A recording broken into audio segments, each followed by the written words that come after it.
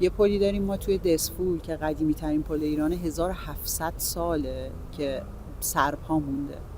علاوه بر اون پلای دیگه‌ای داریم که مال دوره هخامنشیانه، مال دوره ساسانیانه. تا موقعی که میاد به صفویان میرسه، به اصفهان 33 پل و تا الان هم ادامه داشته. ما خیلی پل‌های خشتی بسیار زیادی داشتیم در سراسر ایران. ما یه تمدن پل سازیم.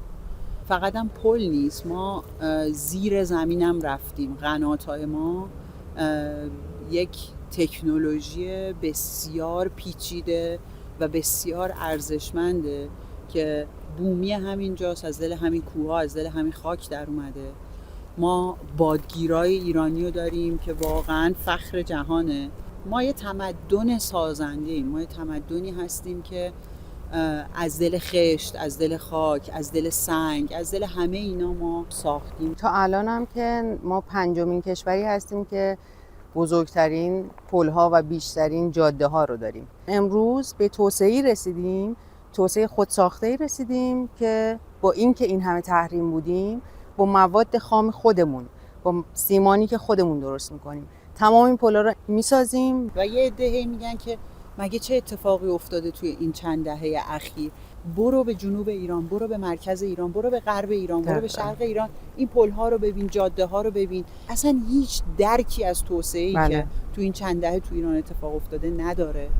یه سفر 50 روزه‌ای سال 96 تا 97 به سمت جنوب داشتم و راهسازی‌ها رو که می‌بینید و من از مسیرهای اصلی ما نمی‌رفتیم، بیشتر از مسیرهای فرعی بود. راهسازی، جاده‌سازی، بناهای تاریخی بسیار قدیم که جای جای ایرانن، یعنی انقدر زیاده که خیلی‌ها نمی‌شناسن، خیلی‌ها ندیدن.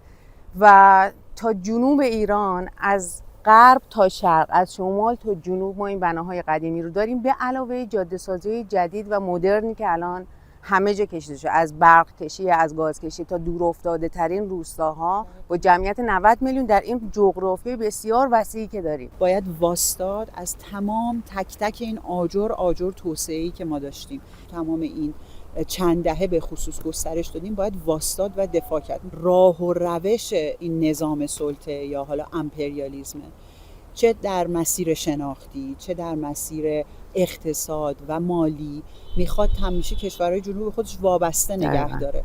و ایران بعد از انقلاب از این تن زده، با تمام تحریم ها، با تمام فشارهایی که بوده، مسیر بومی توسعه خودش رو رشد داده، با همه بالا پاییناش. ما که نمیخوایم بگیم که اشتباهی نبوده، ولی اینو ما خودمون مستقل بدون وابستگی انجام دادیم و همین باعث میشه که امروز بیاد بمب بزنه به این پل ما، به این پل بسیار مهمی که میاد اتوبانی رو وصل میکنه به جاده شمال. برای همونایی که میگن ما مگه چی داریم که هر آخر هفته برن شمال جوجه کباب کنن، برای همونا ساخته شده. این رشته کوه البرز خیلی قدیمیه، واسه عصر یخبند. ما از عصر یخبندان زنده در اومدیم، همچنان مقاوم، استوار و پابرجا مونده.